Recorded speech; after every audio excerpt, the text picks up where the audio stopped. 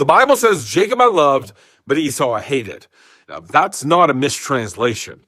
And this phrase comes from Malachi chapter 1, verse 2 and 3, and then Paul quotes it again in Romans chapter 9, verse 13.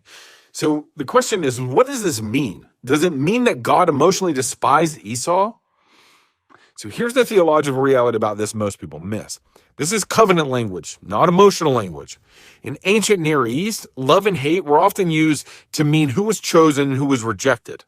And we see similar language kind of like this in Luke chapter 14, verse 26, when Jesus says you must hate your father and mother, meaning that you must love them less by comparison to God in that example. In Romans chapter 9, Paul's argument isn't about personal bitterness. It's about election. You see, before the twins were born, before they had done any good or bad, God chose Jacob as his covenant line. And here's the deeper truth. The verse is not about God randomly disliking Esau. It's about God's sovereign right to choose how his redemptive plan unfolds. You see, election is not God's reaction to human merit. It's God initiating mercy. And that can make people feel uncomfortable. But Paul anticipates that. And in Romans chapter 9, verse 14, he says, is there injustice on God's part?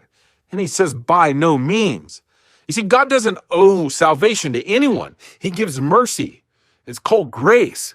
You see, if he passed over, then that's just called justice. So the scandal is not that God hated Esau. The scandal here really is that he loved Jacob. So Esau I hated is covenant language, not emotional rage. Salvation is mercy, not entitlement. Follow for more.